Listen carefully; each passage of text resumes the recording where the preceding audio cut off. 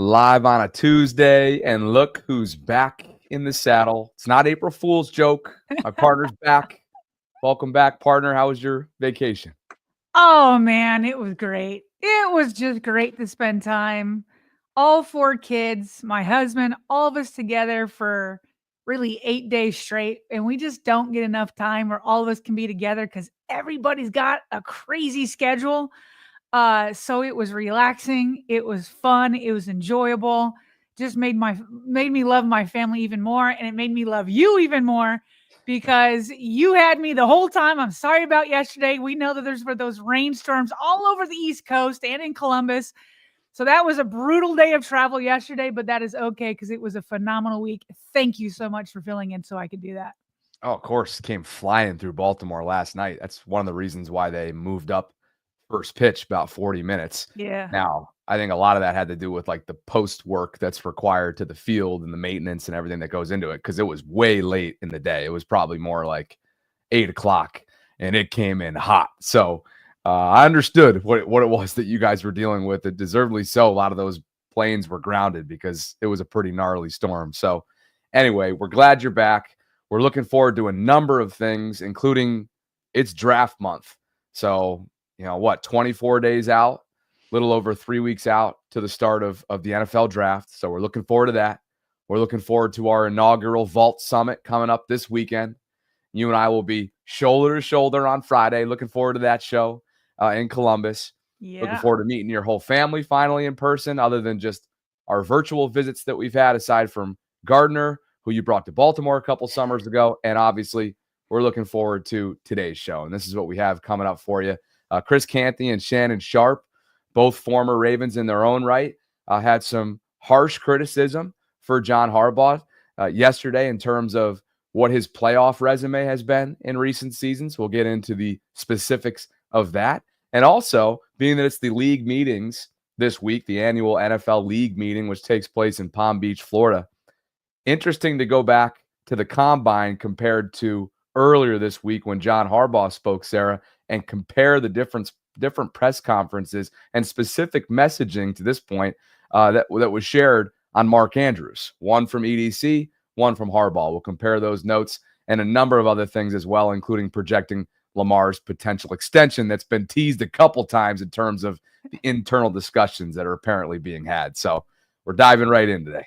We are diving right in, and I'm excited too because I was out when the Harbaugh news came down the pike, so I'll finally get to react. I know you reacted a little bit yesterday, but you are more trying to hit the whole owners meetings press conference, so we can really sink our teeth into it. Really, the First Take crew plus Chris Canty as the guest was reacting to John Harbaugh's extension. I just want a Lamar Jackson extension so badly that I'm putting his name in, but the John Harbaugh extension for 3 more years. This was First Take on ESPN, their reaction yesterday. Listen, I love Harbs. I think he's one of the best coaches in the sport. And him and Mike Tomlin are inextricably linked, not just because they're the 2 longest tenured coaches in the NFL, not because they're just in the same division, but also just because of the standard that the organizations have in terms of where they expect their teams to be. But I can't keep calling John Harbaugh one of the best coaches in all of football when his team routinely underachieves in the biggest moments that the sport has to offer. Over the last decade, John Harbaugh and Mike Tomlin have the same amount of playoff wins. 3. That's where they're at. And the Pittsburgh Steelers, when it comes to their struggles in the postseason, it's evident their quarterback position is atrocious. But when we look at the Baltimore Ravens, you got a 2-time MVP winner in Lamar Jackson. Why can't John Harbaugh get this team to the championship rounds more consistently? Why can't John Harbaugh get this team with Lamar Jackson to a Super Bowl? It's a question that everybody is going to continue to ask, and the volume on that conversation only gets turned up now that there's more money attached to it. It depends on how you look at it, guys. Shannon, I'm going to be quick with this. It depends on how you look at this, guys. Go ahead. In the case of Mike Tomlin, right, we've lamented the fact that he hasn't won a playoff game since 2016. We know it's primarily because of his quarterback situation, but the standard is the standard, and the standard hasn't been met. And so we are certainly not stupid enough to advocate his dismissal because we know he's a great coach. But in the same breath, the results are the results, and they have to be better. In the case of John Harbaugh, what this really all comes down to is the fact that you've had Lamar Jackson for the last several years, and you still don't even have a Super Bowl appearance to show for it. But at least in his case, there was an AFC Championship game appearance. And when you look at your tight end, Mark Andrews, dropping the pass in the end zone that would have tied it and sent the game into overtime, you could ask those questions as well. But I'm with you. John Harbaugh, if you're going to say what we say about Mike Tomlin, we got to say it about him too. Okay. I agree with everything. I just have to co-sign everything you guys said. Canty, you're absolutely right. At some point in time, for the last 6 or 7 years, you've had one of the 3 best quarterbacks in football. He's a 2-time MVP, and you had a great offense this year. At some point in time, it's just not good enough to they drafted Lamar Jackson, fine and good, and Lamar has turned out to be better than what anybody could have previously hoped other than himself because he told you what he was going to give you. The only thing that he hasn't been able to do is cash in. He said the Baltimore Ravens are going to get a Super Bowl out of him. That's on John Harbaugh's watch. At some point in time, it's not good enough to just be considered, they won 10 games, they won 12 games. Play like a Raven means you play like a Raven all the time. And far too many times when it's come down to the big games, they have not, mainly their quarterback. He's going to have to be Lamar Jackson, the guy that's the MVP when it matters the most. That's on John Harbaugh. Bobby, your reaction to that? You are after you. Okay, all right. Well, first of all, I want to make clear that this is not, for me, a Harbaugh bashing kind of segment. Okay, I am on board with the extension that Steve Bisciotti just gave to John Harbaugh. I am on board with that. That being said, them holding John Harbaugh's feet to the fire in terms of postseason success in the Lamar Jackson era is appropriate. Listen, how many times do we hear national shows just like that one hold Lamar Jackson's feet to the fire for not advancing to the Super Bowl? We had on Ingraven last week before I left, or I guess 2 weeks ago before I left on spring break vacation. And a super chat asked him, well, what would be Lamar Jackson's excuse if he weren't to go again? And Ing said, no excuses, no excuses. We all love Lamar.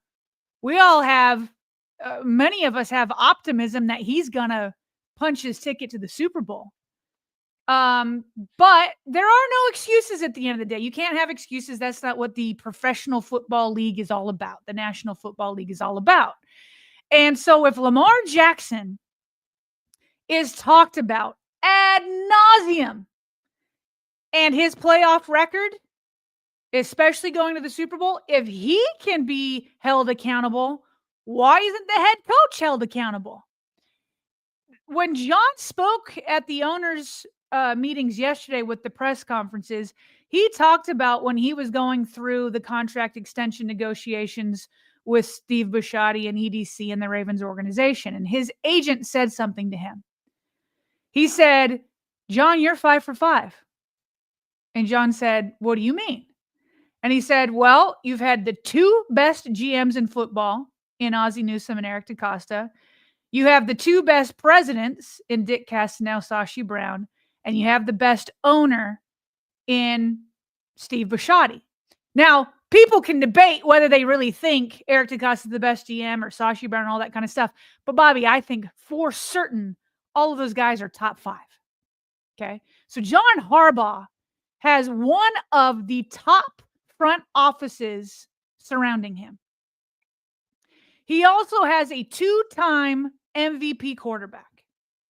He has everything he needs, everything a head coach dreams of.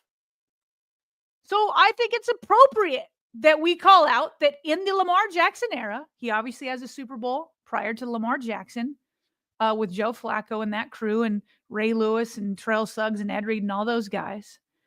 And so I feel like calling him out on his postseason success and putting pressure on him is appropriate. And to be honest, I think John Harbaugh would say that's true himself.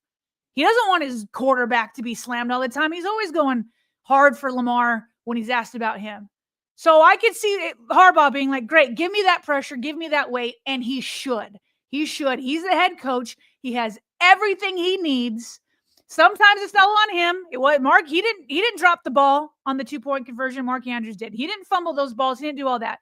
But Chris Canty hit it on the head when he said he has one of the best football teams, and that team routinely underachieves in football. Lamar Jackson's held accountable.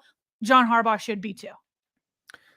Thought it was refreshingly fair there from First Take. Refreshing as in you don't always hear that type of balanced criticism. And I thought it was fair, it was warranted, and it's understood that at this point that the underachieving nature of January football for the Ravens and the Lamar era is something that unfortunately is the headliner. There's plenty of other headliners material that they have as well. Like, to your point, this franchise quarterback who's taken the league by storm, that they bet on, that they went into the first round and got, right? And they've built around, they've embraced him, so on and so forth. And John should be and will be commended for doing such.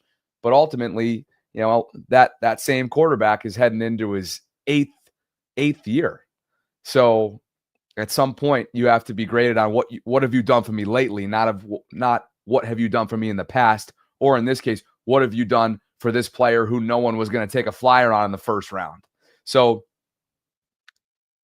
this to me is very similar to the types of criticism that Mike Tomlin has heard and listened to in recent years. The difference is Mike doesn't have the quarterback, and Mike hasn't won a playoff game since a divisional round, if memory serves, in 2016. It was the 2016 season, technically the winter of 2017. So it may be louder for Tomlin, right, in Pittsburgh circles, but I think nationally it's actually louder for Harbaugh because he has, to your point, what he needs to get there. Tomlin and the Steelers don't. Now, a different conversation for another time is, well, what has Pittsburgh done to not have that? They've missed at the quarterback position. And that's a check box, a big check box for the Ravens because they haven't missed at the quarterback position. You could argue about the way they've team builded over the years around Lamar, but the reality is they've been knocking on the door for a while, and until they ultimately burst through that door, this conversation is going to be fair. Sure. Absolutely. And just to dig in a little bit of why, even though we're saying all of that, I see during my vacation, StreamYard has not fixed the glitch of when we click on slides and it brings up the last video. But as much as I'm on board with holding John Harbaugh accountable, just like Lamar Jackson is held accountable and everybody else that is underachieving in the playoffs, I want to dig into why, despite that, I'm okay and fine and happy with the extension. So first, some details on the extension. Kevin Ostreicher transcribed what Ian Rappaport reported on John Harbaugh's contract extension. He said, my understanding is the extension is actually north of his brother, Jim. Well, here I have a chart that was updated in February 26 of 2025. So it's been a little while. It's not updated. But as of that time, John Harbaugh was the 9th highest paid head coach at $12 million per year. And at that time, Jim Harbaugh was tied for 3 at $16 million. And he was tied with Mike Tomlin at $16 million. So if he's north of that, then bare minimum, John Harbaugh has become the 3rd highest paid coach. And maybe, we don't know how far north, but if it's, say, 17 million, right, that puts him at number 3. If it's 18, that ties him at number 2. And if it's 20, that ties him at number 1 with Andy Reid. Okay, so obviously none of that hits the cap. So it's like less of a thing that gets talked about because it doesn't hurt the Ravens' ability to sign other coaches or other players. And as First Take pointed out before they went into that segment, John Harbaugh, to me, is a great coach overall, and he is likely to go into the Hall of Fame. He's going into his 18th season. He does have a Super Bowl under his belt. He does have 13 playoff wins. He has 6 AFC North titles. In 2019, he was the NFL Coach of the Year. Now, Ryan Mink goes on and talks about all of his other good, his other highlights. He's one of 5 coaches in NFL history to lead his team to the playoffs at least 12 times in his first 17 years. Those 8 playoff road wins that helped with Joe Flacco. Remember January Joe? He was great on the road. And he's got 99 home wins. So overall, he has a very illustrious career. It just goes back to what he's done lately. Okay. And you can split it up in the, kind of era of going into that Super Bowl win with Ed Reed and Ray Lewis and Joe Flacco and all that. In those first 5 seasons, he was 9-4 in the postseason, a 69% postseason win record. That's phenomenal. Teams would love to have that percentage in the regular season, Bobby, let alone in the postseason. But then the last 12 seasons, it was 4-7, which is a 37% postseason win. So it's all about what you do for me lately. And just to be clear, one of the reasons why I still like him, and I know a lot of other people do, I think is highlighted by what Kyle Van Noy said about him recently on the Colin Cowherd show. Kyle Van Noy, as we know, is a 2-time Super Bowl champion. He's an 11-year vet, and he played with Bill Belichick for 12 years. Here's him talking about why he loves John Harbaugh so much. And then with John Harbaugh, I just believe for him, what separates him is his relationships to players. He truly cares about what you think and how you see things. And he literally goes up to anybody and will ask, and he takes tidbits from everybody and he puts it into his program. He doesn't just focus on, his way or the highway. He adjusts. That's why he's lasted so long. It's an adapt or die mentality. If you stay the same for so long, you're not going to improve. You're not going to get better. You're not going to keep this excellence. That's what I see the difference between him is that mentality to always get better each and every year and the trust that he has with his players and the relationship. He's a relationship guy. He's a tough guy. He likes to get after it in the weight room himself every single day at 5 o'clock. He's in that weight room, and that's the kind of attitude he has without the same day, and he has that standard for everybody, that standard of excellence. Bobby, we talked about this when it first came out a little bit. We pointed out that the NFLPA had that player poll that said he wasn't very open to feedback, and we don't know who participated in that. Was that in training camp? Does he treat, younger guys different from veterans? All I can say is that veterans say the same thing all of the time. D-Hop come in saying John Harbaugh's a big reason why I came here, obviously along with Lamar Jackson. He is a relationships guy. I worked there I was there from the moment he was hired until 2018. And so I saw him for 10 years. He's a relationship guy. He gets along with people. He listens to people, but he is also tough. He will come at you. And it's interesting how he can have relationships when he challenges you so hard. He's very good at that. But that doesn't change the postseason.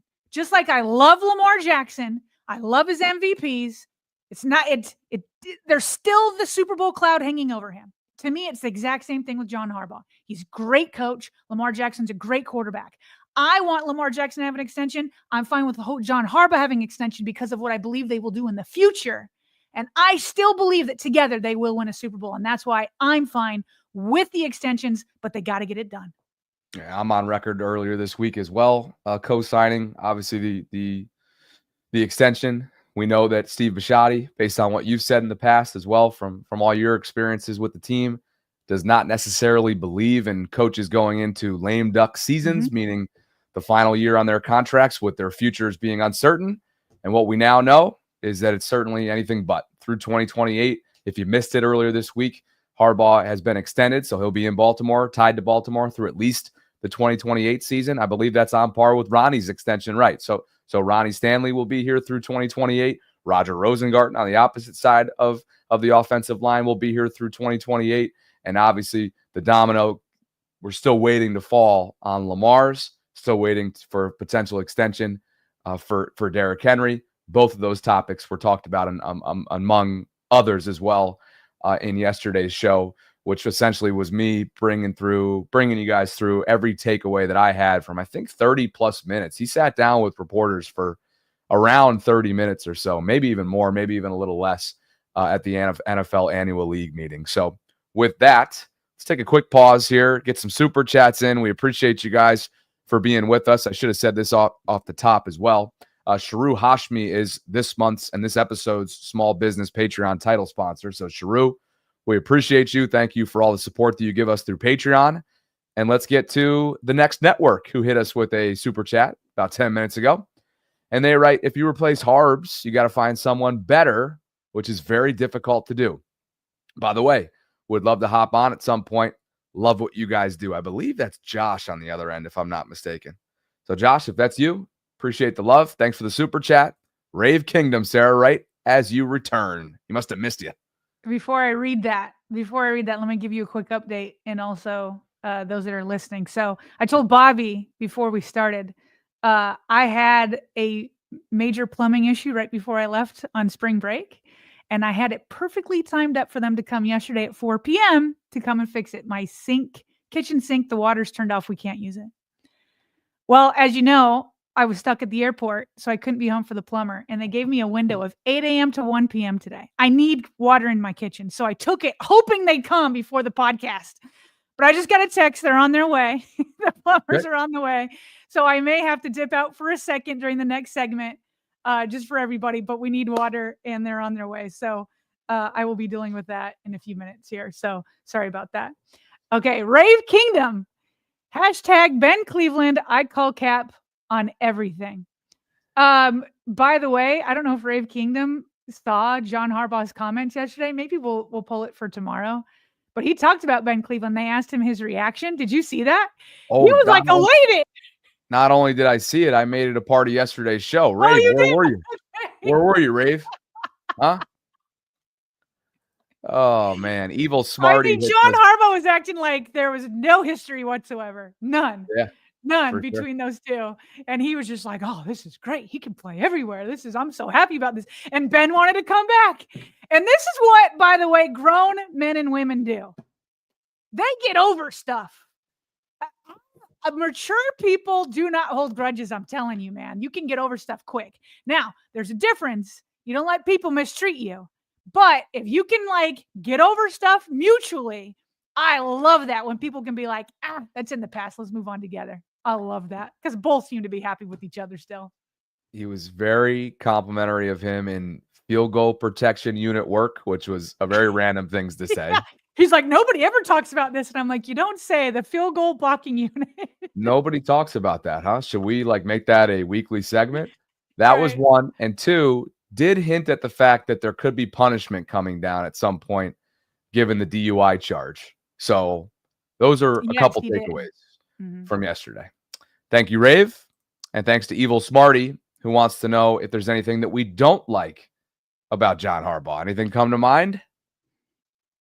Where's one thing you don't like about John Harbaugh? Oh, definitely the in-game management stuff from time to time. And like I said, the postseason success, that's the biggest knock. That's the biggest knock for sure. Other people have a problem that he might be too loyal for too long. Like sometimes he'll let go of coordinators a year too late. Which, I think is fair, but I just think the biggest knock is that he's got to get the team to stop underachieving in the postseason. I'm going to dip out for real quick, Bobby. All righty. Evil. I mean, I don't know. I generally like a certain level of pettiness, to be honest with you. I think my personality has a certain level of pettiness, whether it's in business, whether it's in friendship from time to time, you name it. But Harbaugh can take it to the nth degree. And a lot of time it actually is his dealings with the media that makes me think all right, that's just a little bit too petty for my liking. But again, the things that Sarah said probably come to mind first, right? The in-game management blunders. And obviously, the elephant in the room is not being able to get over the hump yet in January. What's the message over there? Good news. He's late, so you'll be here in 45 minutes. We should be done with the show by then. Perfect. Although that will run into my 2:00 appointment, so we can move quick. Figure that out when we. But it'll work for the vault, so we're in the clear now. Perfect. And with that, we do appreciate you guys for being with us on this Tuesday. Great to have Sarah back after a week of vacation. Over 1,600 concurrents right now. Tila, please like the video if you haven't already done so. Subscribe, hit that notification bell, do all those things that really help us out on the back end, including potentially looking into becoming a channel member, which you can do by clicking on the link that right now is a pinned comment in the live chat. It's also at the top of the show notes. One of the topics, Sarah, that was addressed at the annual league meeting when John Harbaugh sat down with reporters was Mark Andrews. And as you and I discussed in our pre-show meeting, there was a little bit of a switch up here when it comes to the public messaging when you go back and compare it to what Eric DeCosta had to say about Mark and Mark's future back in February in Indianapolis at the Combine. What was your initial reaction to Harbaugh's comments? And I tell you what, we might as well play him first and then react on the other side. What do you think? Yeah.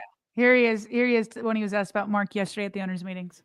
Contact, back and forth. I mean, it's not like guys want to hear from me every day, any of them. It's like, Coach, you call me again, But Mark's in a good place. He's working really hard. I do fully expect him to be playing for us next year. He's just too good a player. I don't know if I had all of it in there, but he said, I do fully expect him to be playing for us next year.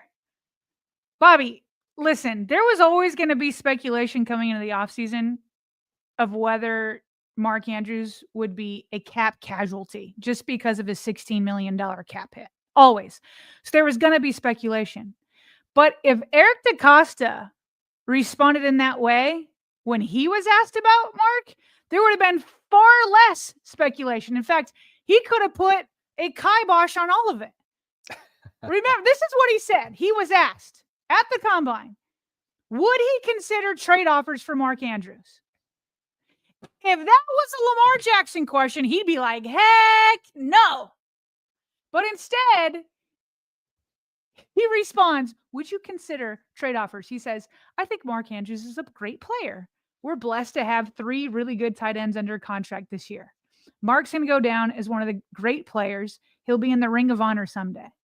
I love having Mark on the team. He's an awesome player. I know he's going to have an amazing season. We'll figure out all the roster machinations. How am I saying that? Machinations? Say that 10 times over the coming week. But I can tell you, there's no bigger fan of Mark Andrews than me. He's been a blessing to have on the team. So he says, we're going to work out all the roster stuff. We'll figure it out over the coming weeks. He doesn't shut down trade talk. And so if he had said what John Harbaugh just said, is I fully expect him to be playing here next year, he could have put a kibosh on all that speculation.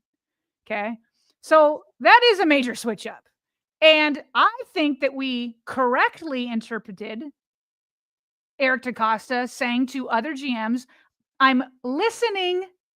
I'm not going to go shopping him around, but I'm open for business if you guys want to talk.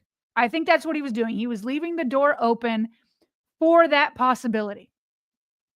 Now, because they just paid him his $4 million roster bonus, that made it more likely that he would stick around. Now, John Harbaugh, after that $4 million roster bonus, is saying, yes, I fully expect him here. Now, I think that there's still going to be a little bit of uneasiness. Wait till draft night, right? Could something happen draft night because nobody had seen like the Marquise Brown trade coming that draft night. There's been other kind of trades going on. And so there will still be kind of that in the back of your head. Could something go down tonight? But again, that's a major switch that we'll figure out the roster. He's a good player. I'm not even going to say no to the trade speculation. So now here we are months later. Now he's put more of a kibosh on it. So there will be less speculation, but it'll be dead if he's still on the team after the draft. Yeah. We've seen stranger things, to your point, happen on draft weekend. You never know when you get a really enticing call. But at the same time, this feels pretty darn similar to the way that Harbaugh answered my question that I asked him back in February at the Combine regarding Ronnie Stanley. Right. And he was like, look, we're probably going to get that done. Yeah. At the time. So. Right. So when it's going to be done, they let us know. They're never going to go out and say, no, he's going to be gone. They didn't even do that with Brandon Stevens. The furthest they went was that, he'll be able to test the market type thing, or he'll be able to go and see what his value is. So that sometimes they'll say, I guess that was even really telegraphed. And so, but you can't telegraph a trade, right? You have to, because you got to figure out what's going on out there. You got to see if there's a trade partner. And so, but they definitely left the door open. I don't know that there was much of a bite. And I said this earlier that there might not be, because this is such a deep draft in terms of tight ends. Such a deep draft in terms of tight ends. So why don't we go check that out first before we go and give up draft compensation plus pay for a veteran when they think that they can maybe get a good tight end. So maybe it was because of the deep tight end draft that maybe there wasn't much of a market for him. Maybe it was because of the way he played in that AFC championship or that divisional round game. Who knows? But they definitely left the door open, and now it seems like it's slowly being closed. Not totally shut yet, but now there's only like a crack left open. Hey, and just in case you've been living under a rock out there listening, all tight ends in Baltimore, including the fullback Pat Ricard, are entering contract seasons. So outside of 2025, they are not guaranteed contractually to be Ravens. So that is that.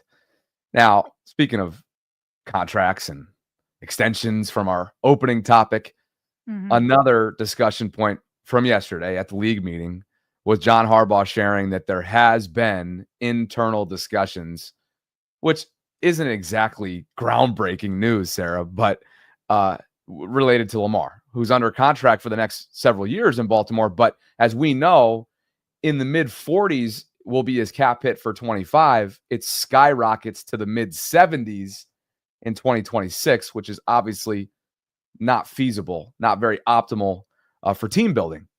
Harbaugh also mentioned that when a deal gets done for this extension, that obviously, he didn't say that, but I think it's obvious, and you think it's obvious, he's going to become the highest paid player in NFL history, because that's just how this stuff works. So, Sarah, it's been the topic of the offseason for you and me as I venture off to all these different offseason programs and various trips. What are we supposed to be asking the insiders about? What do we want to, how much information do we want to gather? And it was always, where does this extension stand? And so that's the latest there from Harbs. What was your thought? Well, yeah, it was obvious to us, but that's not what's at play here.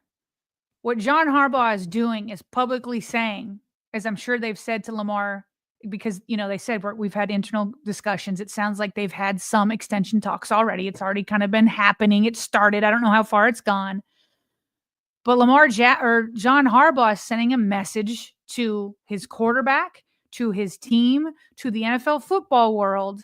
That's our guy, and we will make him the highest paid player. That is equivalent to the Cincinnati Bengals saying, we're going to make Jamar Chase the highest paid non-quarterback in NFL football history. And they did it.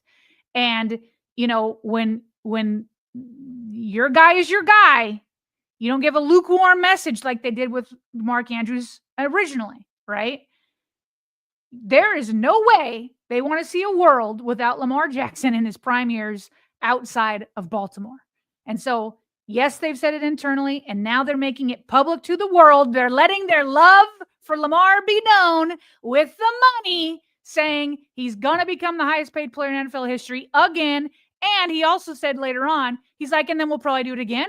And then we'll probably do it again, because that's how long they want Lamar Jackson in Baltimore. And Jeff Zrebeck had written a story based off of these quotes. And I agree with some of his analysis here. He said several factors, including Jackson being even more entrenched as the team leader and his comfort level with the team's decision makers, could make the pending extension talks a little easier this time around. For one, this is a massive one, Bobby, that I think people twist, and they try to twist to make it seem like Lamar and the Ravens had a bad relationship or that the Ravens didn't love Lamar or that they didn't want him, which couldn't be further from the truth. But he said a sticking point in the last talks was Jackson's perceived desire for a fully guaranteed deal after the Cleveland Browns signed quarterback Deshaun Watson to a fully guaranteed $230 million contract in March of 2022. Bobby, that right there, that is why it took so long. Yes, there were probably other factors. Yes, people talk about, he was his own agent, all that kind of stuff. And I'm sure that was all part of it. But the Ravens always wanted him, and I'm sure that they were always willing to make him the highest paid NFL player, but not with a fully guaranteed contract. And now here we are 3 years later, seeing how terrible that deal was. It's not coming back around. But people try to act like I know. Wait for quick hits on that. Little teaser there for later on. But that is what really set it back. And so it took a couple more quarterback contracts, including the Philadelphia Eagles and Hurts, and then being like, okay, it's not happening again, right? It's gone. That is gone.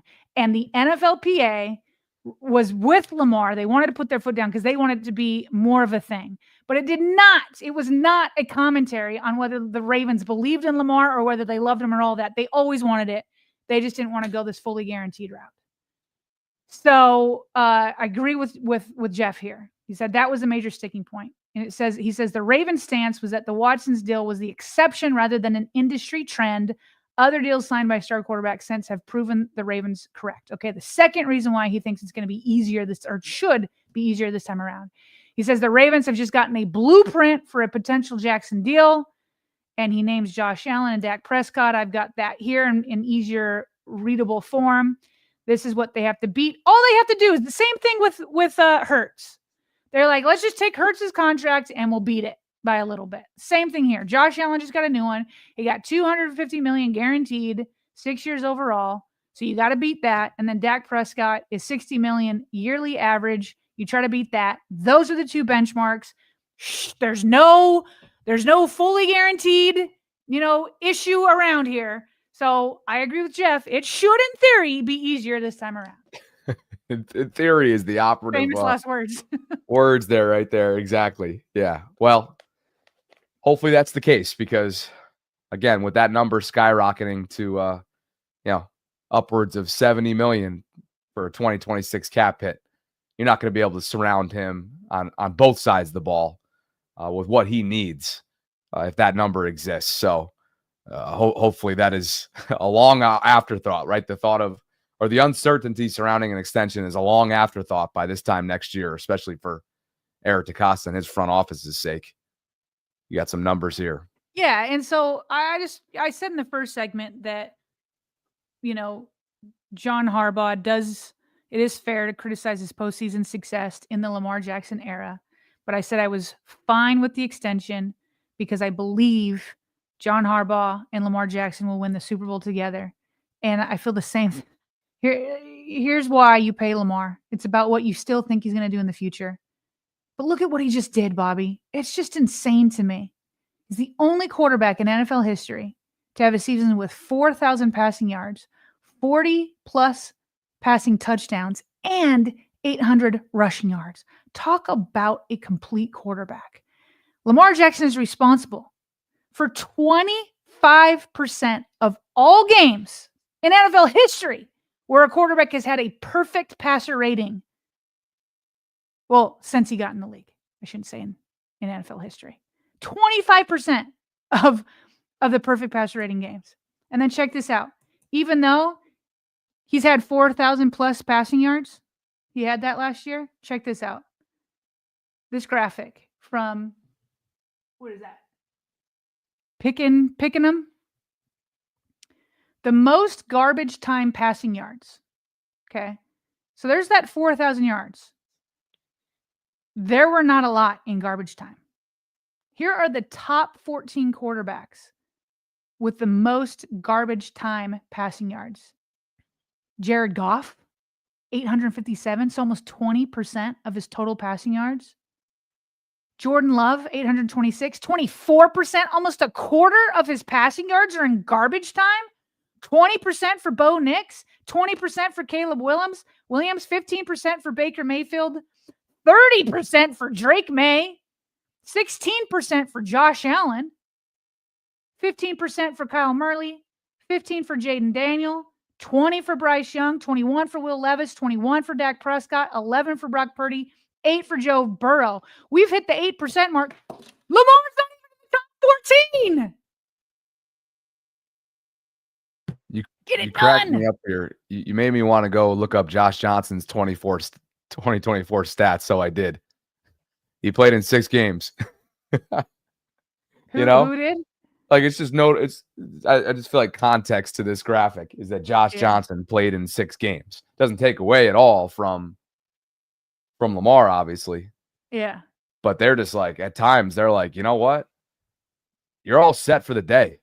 Go ahead and sit for the fourth quarter. Josh, come on in. Snoop, a couple years ago, come on in. And how many times did we hear from Bills fans that were like, oh, well, Josh Allen sat out. Yeah, well, so did Lamar. And guess what? When Josh didn't sit out, 16% of his passing yards was in garbage time, which, you know what, is fine. It's not like it's crazy. But Lamar is so efficient, and he just is so good when it matters most in the regular season. Now bring it in the postseason. Might be one of the better backup jobs out there. Hey, Cooper, you're going to get 6 games. You're not going to get 6-game starts, but you're going to get a handful of reps, as Josh Johnson and Tyler Snoop Huntley have had a chance to do in years past, and put some film on tape, put some reps on tape. And I know you covered this while I was gone, but I love this because Lamar Jackson is still burning on this. So the NFL last week put up a video that said 32 days until the draft, and then put up the video of, Lamar being picked at the 32nd pick in 2018. And Lamar quote and tweets it. He says, all 32 said, nah, I'm a FWU. Had me feeling like 50. Yeah, this is good. It's still burning. That was good. We had some fun with that for sure. And if I'm remembering correctly, it was one of those just slow days, Sarah. Last week was insanely slow in the Ravens content world. Yeah, the Cheeto signing. The Cheeto signing came down. We milked that sucker as long as we possibly could inside this channel, didn't we, guys? Yes, we did. Let's get to a couple super chats before quick hits begin.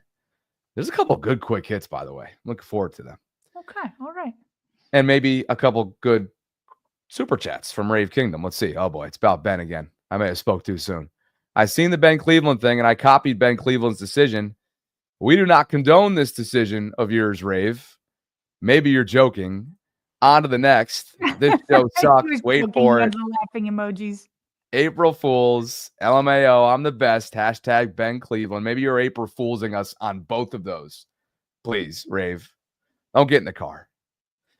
All right. On to quick hits. Appreciate you guys for being with us on this Tuesday. Nearly 2,000 watching concurrently.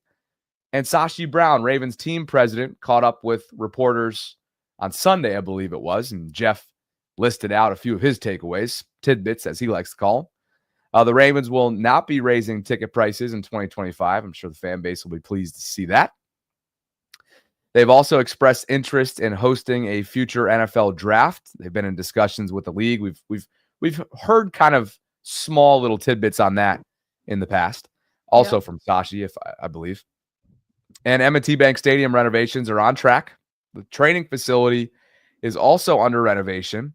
And I'll just add to this, Sarah, there is a new Ravens Twitter account, and it's all based on, let me make sure I get it correctly here.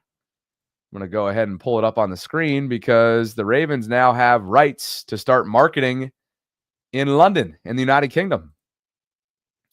They have a brand new Twitter account right here at Ravens in UK. Oh. Which is kind of cool. They've joined the NFL's Global Markets program and granted international marketing rights to build brand awareness and fandom beyond the U.S. through fan engagement, events, commercial opportunities, and NFL flag development. I don't know. I'm not sure if this has anything potentially to do with maybe a game coming up this year again in London. It's been since the fall of 2023. But I know that you and I have a few friends of the show that are from the United Kingdom. James Ogden comes to mind. Ben Mortimer comes to mind. Other guys that have been on the show before that have the UK Ravens podcast and a great footprint there overseas for all things Ravens. So I'm sure those guys are fired up. And this was just another quick hit that I randomly thought of that we shared from yesterday that you probably hadn't seen yet. Well, I saw that. I just didn't realize it was like an official Ravens Twitter account. Yeah. You know how, because they have the UK Ravens Twitter account. I just thought it would be like another one of those, but I didn't realize it was the Ravens. So that's great. Yep. So there you have that. Let you take this one back to quick hits. We go. Yeah. So again, last week they kind of kicked off their 30th season kind of campaign for this year. So as we know, on March 29th, that was the day in 1996 that the Ravens became the Ravens. So they were celebrating their birthday. And so I thought it'd be interesting to put in those 30 years, how do they compare playoff wins wise to the rest of the league? Ravens number 4. Ravens number 4. So it kind of puts in perspective everything we've been talking about, right? Like with Lamar and John Harbaugh not winning in the postseason. And that doesn't change that. But you also want to always keep things in perspective and understand that the Ravens are number 4 in the entire NFL in playoff wins since the inception of the franchise. So it's been good. It's been a good 30 years overall. But they want to keep it up. They want to keep it up. Let's see, what do we need? Wild card division championship. It'd be nice if they added 4 on there to hit 22 and go all the way up to second place. How do we feel about that? Well, how'd you like to be chilling on that bottom row? Just gives you a little bit of perspective. Can I tell you, when people find out here in Ohio what I do, I'm so surprised by the bitterness of Cleveland Browns fans still. And I always have to remind them that Art Medell left you guys the history, you know? And maybe it's just because I'm hanging out with like the wrong people in Baltimore, but I just don't feel like Baltimore is as salty about the Colts leaving as the Browns are about, you know, the Ravens and Art Medell coming over here. Like they're just so salty. And I think the difference is because Baltimore went on and found success with the Ravens, or the Browns can't get out of their own way. And so they're still just watching Baltimore in complete jealousy, which is making them very bitter here. Very bitter. Yeah. I do wonder if some of that's related to your geography, like the convenience of it, the proximity of it. But I generally agree with that too, from the folks that like the transplants that have left Cleveland that you meet along the way. There's a few here in town. They're not like huge Cleveland sports fans, but I think that general sentiment is typically felt. And it's funny because it's 30 years ago, so you'd think it'd be older people, and it's like, no, it's like people my age and younger who are bitter. Like it's like they've taught like their kids the history, and they're just still angry, and they've transferred that bitterness down to the next generation. It's crazy. Yeah, well, I'm sure. Gosh, would it be similar here in town, right? Had the Ravens never showed up, in terms of like our father's generation, my father's generation. He's not from Maryland. He's not from this area, but just with the Colts departure and the Irsay family, like. I think had the Ravens never showed up in 96, right? There might be some similar feelings. Yeah. So for sure. Other quick hits. And as this one comes up on the screen, I'm watching ESPN's highlight of Aaron Rodgers and DK Metcalf getting together for a throwing session, Sarah, just within the last week. But Art Rooney II talked about Aaron Rodgers at the league meeting, of course, Steelers owner, and our friend Brooke Pryor, beat reporter for ESPN, transcribed what he had to say. Quote, "We keep hearing that he's, I guess, headed in our direction. And so that seems to be all signs are positive so far. Sarah, when you were out last week, maybe you saw he was in the building. Tomlin spoke about it very briefly. Nothing is obviously written in ink. But as Rooney II went on to say here, he referred to it as a, quote, good sign that Rodgers wanted to throw with DK over the weekend. So not he exactly wanted to something or to he hang did? Yeah. He wanted to or he did? Look, not exactly I'm something if sure you're a D-Hop Steelers and fan. Lamar want to get together, but are they going to do it? You know, or Bateman would like to throw with Lamar, but they never get together. So what's the difference? If you're a Steelers fan, this is not exactly something you want to hang your hat on. And the question becomes, if you're Aaron, are you literally going to wait this thing out 3+ weeks to see how they handle draft weekend? Well, they're not in exactly a great position at 21, I think it is, in the first round to go get their quarterback, unless they want to try, one of the non-2 options. And, it just seems like the consensus top 2 guys, whether they're going top 2 or not, are Cam Ward and Shedeur Sanders. So who's going to be there? The report is he's waiting to see what they do in the draft, or are you just speculating? I was just kind of like, why is it taking so long? And so it just popped into my head. Yeah, that's certainly one of the reasons for sure. But could it also be like, hey, I want to see what the Steelers do here? Well, maybe. But I would guess that if Aaron hadn't communicated something to that effect, that the Giants wouldn't have moved on, right? The Giants went and made their signings. And I don't know what the deal is with the Vikings. I haven't been watching them over the last week. But my guess is it's like, really, the Steelers and Aaron need each other. Like, what are the Steelers going to do if he's like, peace? Like, JK, I'm not coming. But then where is he going to go? That would be better. I mean, again, maybe the Vikings. I guess I just don't know what's going on over there. But like, it just feels like they need each other. What's going on there? They're going to be left without dance partners. What's going on there from a Minnesota perspective, based on just various things that I've consumed within the last week, is that they're doubling down on JJ McCarthy, but yet they remain, when you listen to Schefter, when you listen to Rappaport, they remain an option. Right. So it's like, what's going on here? But if you're Aaron, you're hearing, oh, you're in on him? Okay, fine. Like, I'm gone. Sure. Because then there's going to be a controversy there. And if Aaron isn't playing well, people are going to be yelling for JJ McCarthy. They didn't have that at the Jets. There was nobody sitting behind him when he was playing poorly. And there's not going to be anybody really sitting behind him in Pittsburgh that you feel really good about. So it just get it done, Aaron. Just get it done. It's called this deal. Mason Rudolph right now, who Mike Tomlin said he would, quote, be comfortable with starting during his interview earlier this week, would be QB1 if they were to line it up today. So that's the latest there with Rodgers. And yes, Evan is also noting that there have been reports that he's also weighing retirement. So there's, as it tends to be. There's that. As it tends to be with Rodgers, there are a number of different storylines, all of which are playing out rather publicly, just like this one. And this one. Sorry, go ahead. Well, does it get more public than this? I mean, this has been the issue for years now, since Deshaun was awarded. What's that? I just wanted to go back to this real quick. I just had 2 more things to say about this one. Go ahead. First of all, whatever happens, it's going to be funny. Okay. If they get left without Aaron Rodgers and they've got Rudolph, this is going to be hilarious from a Baltimore perspective. And even if Aaron does go there, it's still going to be hilarious. It's just not a good situation. But one last thing. Did you see that clip? And to his credit, what's his name? Mark, is it Kabbali? Oh, yeah, that was hilarious. That was hilarious. So a longtime reporter in Pittsburgh starts to make a joke about, he's like, hey, to Mike Tomlin at the owners' meetings, he's like, hey, did you hear that me and DK have like a similar diet? And Tomlin's like, what are you talking about? He's like, yeah, well, DK says he eats like 5 candy bars every day. He's like, me too.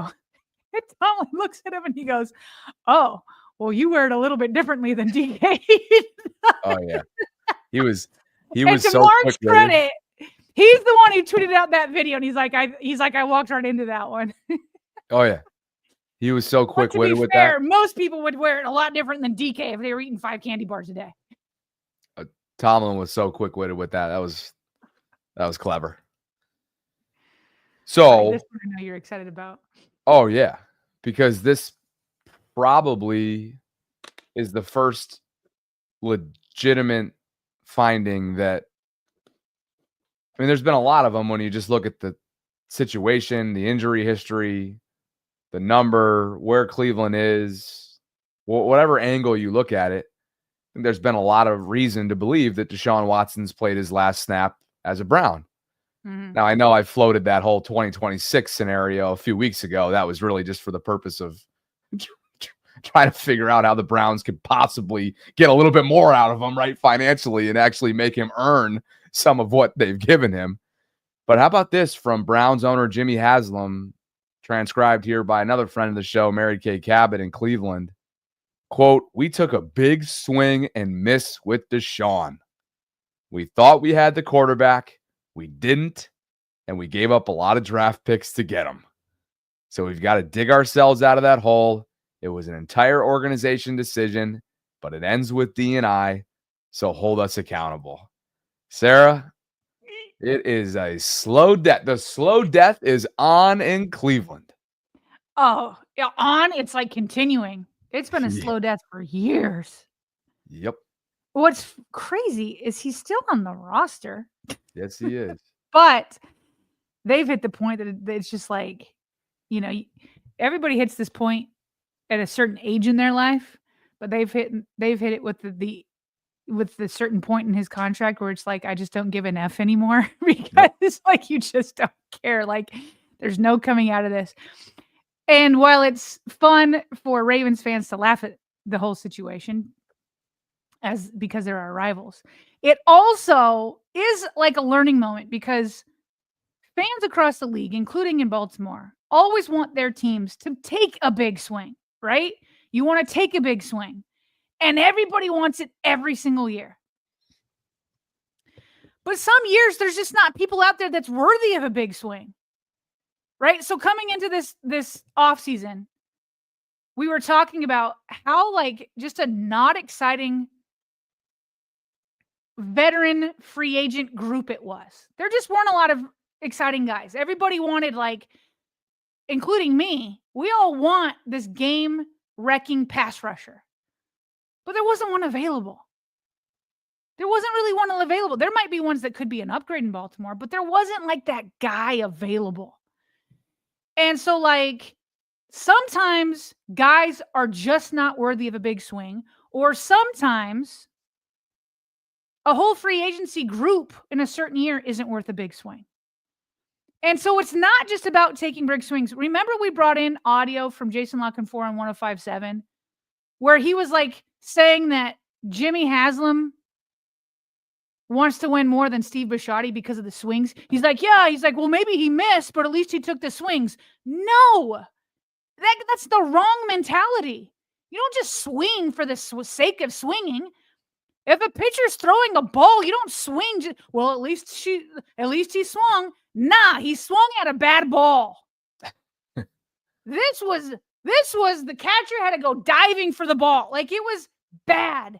And they had already lost him. They had already been reported that he was going with another team. Who was it? Was it Atlanta? Who was he signed with? I can't remember. But in the last minute, he changed his mind because of that fully guaranteed contract. And so you don't swing for the sake of swinging. You swing when it's right. The Ravens swung for Lamar Jackson, even though they could have swung earlier, but they swung by trading back up and getting him. They swung for Roquan Smith, and it hit. You got to take the right swings. You got to take the right swings because think about it, Bobby. What if they didn't go back and say you get a fully guaranteed contract, and he signed with that other team? Maybe the Browns would still be the Browns, and they maybe would have screwed up a different way, But they could have had a drastically different. What if they stayed with Baker Mayfield? What if they stayed with Baker, gave him a modest deal, and built around him? Look at the defense they've had. Can you picture an alternate universe where the Browns stuck with Baker, built up that defense, and gave him weapons? They would have been much more competitive than they were. And so you just have to remember that a big swing and a miss sets your franchise back for years. It has to be the right swing. This was an equivalent to an errant pitch that's coming at your head, and Haslam's like, I'm going to take a swing at this, try to put a bat on a ball here. No. Yeah. No.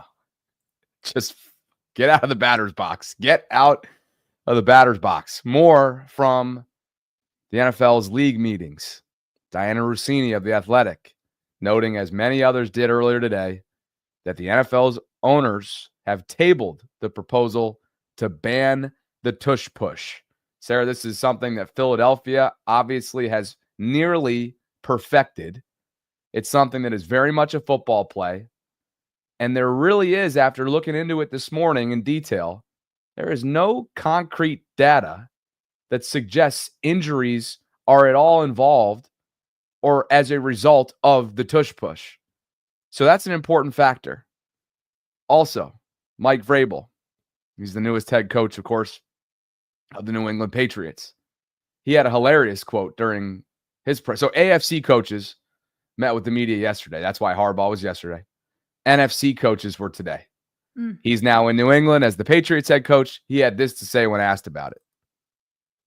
You should not do and be careful of is, there's a lot of different plays that you have to defend that the offense does well. And that particular play, you have to defend it. It's also tough to defend Lamar Jackson when he runs the ball. So I'm all in favor of getting rid of those plays that are tough to defend. But, we just try to focus on what the rules are and try to use them to our advantage. I love that from Vrabel. Yeah, I'd like to get rid of a lot of plays. Can we ban Lamar Jackson from running? How hilarious is it that of all the things he could have used an example of to be like, yeah, we could ban that as a tough play. We could ban that as a tough play. That it's like the forefront of his mind is Lamar Jackson. It's Lamar Jackson. I'd love to ban him from running. Sure, a lot of people would. He's the first guy that came to mind. I was loving that. Yeah. Now, this is not going away. Again, it's being tabled for now. So no decision right now. But are they tabling it for looking into health reasons for it? Like John Harbaugh kind of brought that up a little bit, right? That he was like, I'm for the tush push unless there's data that says that there's more injuries in it or something like that. Do you know what they're tabling it for? Like, what information are they hoping to gain? Well, first of all, there was no reasoning given by the insiders for the table. Okay. But to your point, Harbaugh used it as a way of saying yesterday during his presser, he wants more information from the doctors. But there's plenty of people on record, including this morning. I was listening to the ESPN panel, Booger, Lewis, number of other former players that were highly against it and that were speaking to the idea of the conversations that they've had that have not shown any evidence that there is concrete data that exists related to any injuries that have come as a result. So if this is something that it's almost like you ban it at this point, let's say that's true. What Harbaugh wants to do is due diligence. Great. Totally get that, right? You want more information from doctors. Get as much supplemental information as you possibly can before voting. But let's say there isn't any data that suggests it. That now suggests, from a league standpoint, that you either don't like the aesthetics of it, you don't like the way that it looks, or you don't like the fact that there's a couple teams that have absolutely perfected this thing and are dang near impossible. And that, to me, optics-wise, is a terrible look if that's ultimately why you want this thing banned. For sure. So, more to come there. What else do we have? The NFL's kickoff proposal was separated into 2 votes today. One that passed, one that was tabled.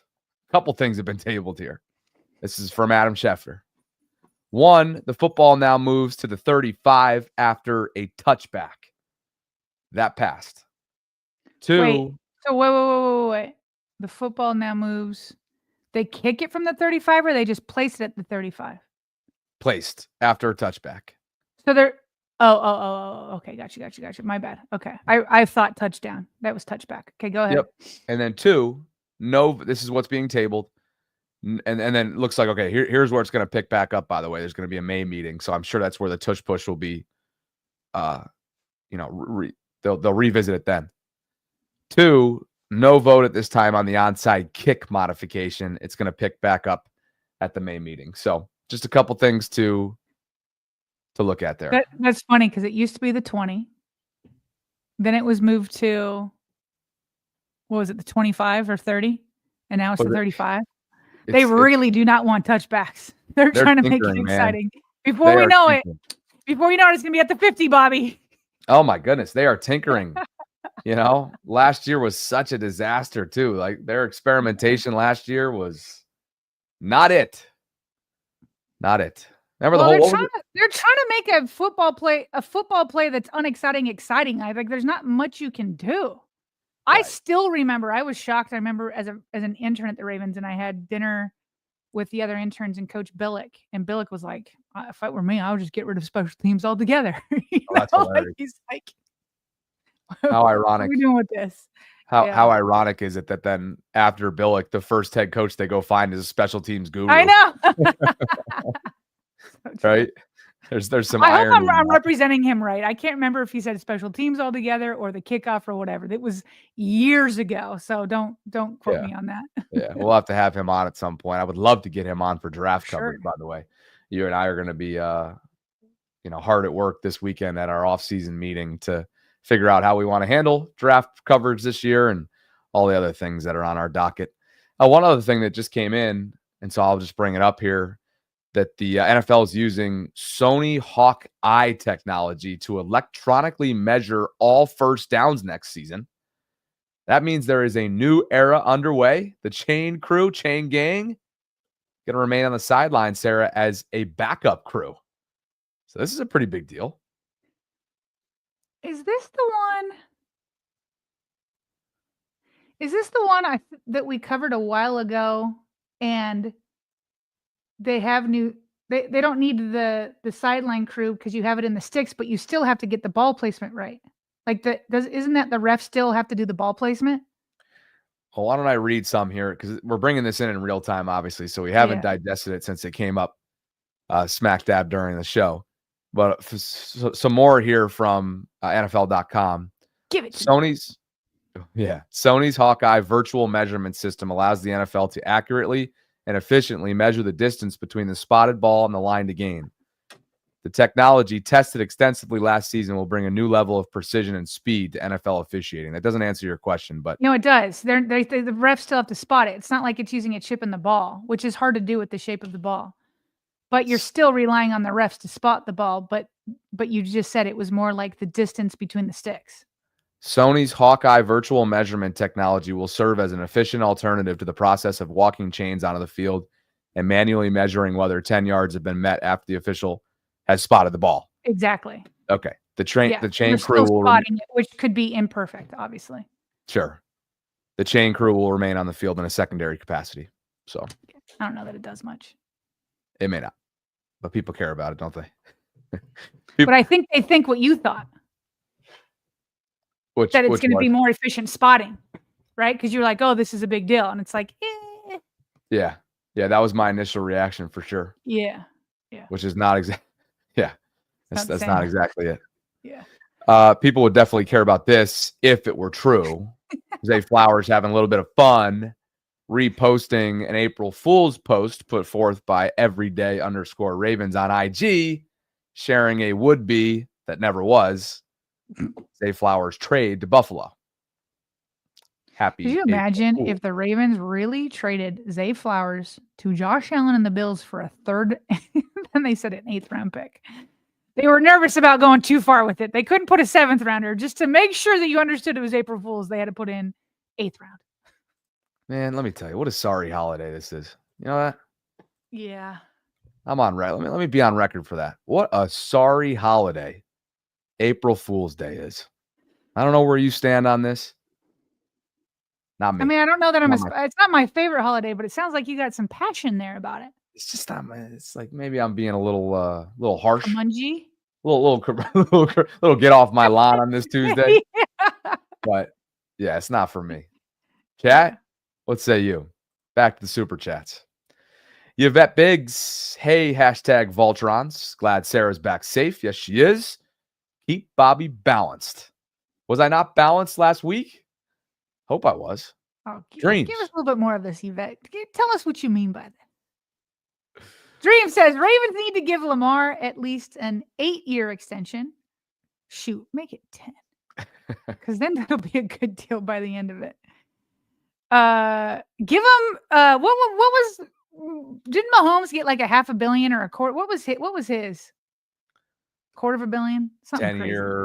10-year. God, I don't know.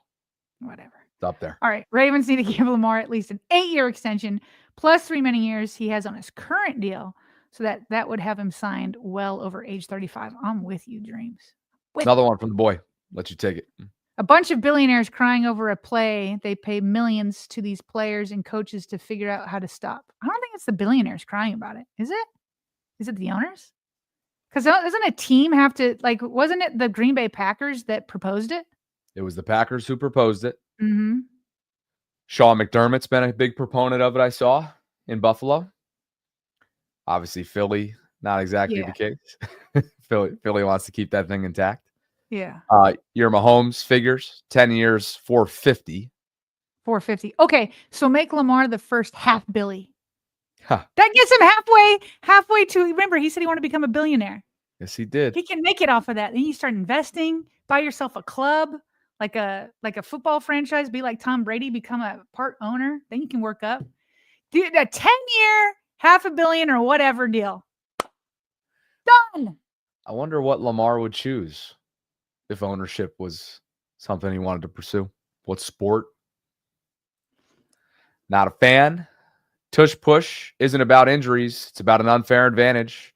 Offensive players can push each other in the back. Defense can't, which is true. There is an argument to be had there. Bart Scott very much against it. Who? Bart Scott very much against it because of what not a fan's mentioning here. Yes, the defense cannot push. So that is lame. That's the counter. If the offense can do it, then it is impossible to stop. Like if you can push each other on offense, but you can't on defense. But then if you can on defense, it does become rugby. Well, it's become impossible if you have the proper personnel. Oh, but even if you had a bunch of like Michael Pierces and you're lining up against whatever the equivalent is on the offensive line, you're allowed to gang up and push. It's an unfair advantage. Well, I'm saying it's become impossible because Philly has the proper personnel. And they've mastered it. But yeah. But then if you just go out and get the proper personnel because you're getting automatic touchdowns once you're within 3 yards of the end zone, then everybody gets the proper personnel and starts drafting that way and gets those type of bodies. I mean, obviously you need the quarterback, but like you could do what the Ravens do and use Mark Andrews or somebody else that's bigger. And so if everybody just started doing that, it's more than it's like all offense, then it's impossible for defenses. That's probably why Bart Scott hates it. Bart hates it. All defensive players hate this thing. One thing we know, if it doesn't get banned, Harbaugh said it's going to continue to be Andrews that gets the call on those types of plays and those types of situations. And one final one from Truth Bear. So we only need 45 yards to be in the red zone now? Yeah. Pretty much. Amazing. Pretty much. All right. Let's see. That is it with Super Chats. Let's get to our patrons. No Way DJ, Sharu Hashmi, who's also our small business Patreon title sponsor for this episode. Thank you both for believing in what we're building. We appreciate the support. You guys are integral members of our Vault Patreon community. We appreciate you guys. You and I'll be back Wednesday at noon. Can I tell you, I should have brought this in. I just want to tell you a couple experiences from Florida. If you have a second, just 1 second, as I wait for my plumber to get here. Mm-hmm. First of all, like you, when you were in Florida, it was not the weather I was hoping for. I did not come back with the tan. Okay. It was majority rainy and cloudy out there. So it was kind of chilly. But it forced us to get a little bit creative, and we did see some pretty good sporting events. So our second night there, we went and saw the Miami Golden State Warriors game. Fun, but a letdown because Steph Curry wasn't playing. But you know what you did get, though? Gypped. What did I get? What did you get that night, though? It was definitely disappointing that Steph didn't play. For whatever I got reason, Jimmy Butler's return. you did. And when I tell you that the Miami crowd was relentless in booing him every single time he touched the ball, like he's like, okay, we did it for the first quarter. And it was like, oh, there's still a lot of passionate boos in the second quarter. Third quarter, okay, we got to be done at the half. No, like all the way through the fourth quarter. And he played terribly. He probably needed Steph Curry there to help lift him a little bit there. So, And somewhere Pat Riley had a devilish grin on his face. Wherever he was in the building, he had a devilish grin. That was a very ugly exit. If those of you out there follow the NBA, tough. But he ultimately ends up going to Golden State. They got smacked, but I'm sure a fun time in that building because that place is electric. Well, and I will say, my youngest son fell in love with Tyler Hero. He now wants his jersey because he went off that night. Like he couldn't miss. He was shooting everywhere. He was everywhere. So that was pretty fun. So now I got to get him a Tyler Hero jersey, which I'm happy to do. But then later, a couple days later, what were we going to say? Well, he's just a 3-point champion. Did he know? Which son was it? Did he know that he was a 3-point champion? Didn't know that. No. No, Aiden didn't know that. So anyway, that was fun. But then a few days later, we went to Miami Intel versus Philadelphia Union soccer game. Nice. And I was scared that we were going to have the same thing happen with Steph Curry because Messi was coming back from injury. And then the first half, he didn't play. And I'm like, oh, crap. Here we go. Another superstar that we're not going to get. Second half comes around. He doesn't come in for like the first 10 minutes. And then all of a sudden, there's this pink jersey heading over from the bench to the sideline. And the crowd starts to erupt. And Messi comes in. So, Bobby, I've got out my camera. I've got it on 4K 60. I got to get it. I did not know I was going to be this lucky. I've got my camera zoomed in on him in 4K. I caught him in 4K. This is a good way of catching Sony in 4K. Literally within 30 seconds. This is what I should have brought in for people to watch. I'll bring it in tomorrow. We can watch it tomorrow. 30 seconds after being there, Miami's on this like fast break. It's like my basketball lingo. I don't know if you say the same thing in soccer. And they swing it around to Messi. And he's got a defender and the goalkeeper knew it was coming to him. Oh, here's my plumber. Let me finish up the story. They swing it over to him. He does this little juke move, takes both the defender and the goalkeeper out, goal into the corner of the end zone. With the whole crowd, including my family, goes crazy. Okay? And I am telling you, watching Messi reminded me of watching Lamar. Because every single time he got the ball, he was juking somebody. Like, oh my gosh, the moves he had. I was like, this is why he's the best in the world. This is why he's the best in the world. You got to get that thing probably the highlight of my trip. And all my kids loved it. All of them. We were going crazy for Messi. That was fun. You got to get that thing clipped for us. Yeah, I'll clip it. I'll bring it in tomorrow. All right. Love it. Okay, here comes the plumber. Hey, guys. All right, do your thing. Good to be back. And I appreciate you once again for filling in. But it's good to be back. It was fun to talk football today. God, I love everybody here. It's great having you back. I'm going to do a couple super chats, so you bounce. All right. Thank you. Appreciate you. Talk to you tomorrow. Always. Catch up with you. Yeah. Truth Bearer hit us with another one. Oh, I'm sorry. We only had one from Yvette. Got to have the girl power energy in the house. You two deliver the 1-2 punch together. Appreciate you, Yvette. It's always great to have Sarah back. And we're going to obviously have plenty of content coming up over the course of the next few days. Now that we're back in action. Including our inaugural Vault Summit, which will take place from Columbus, Ohio, coming up on Friday morning. So we're looking forward to that. All right, you guys, like the video on your way out. If you haven't already, subscribe, hit that notification bell, potentially consider becoming a channel member.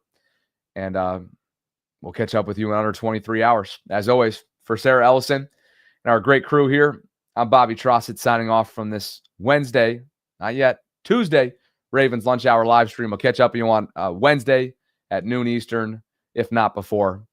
And as always, thanks for spending some time with us, Voltrons, here inside the Vault.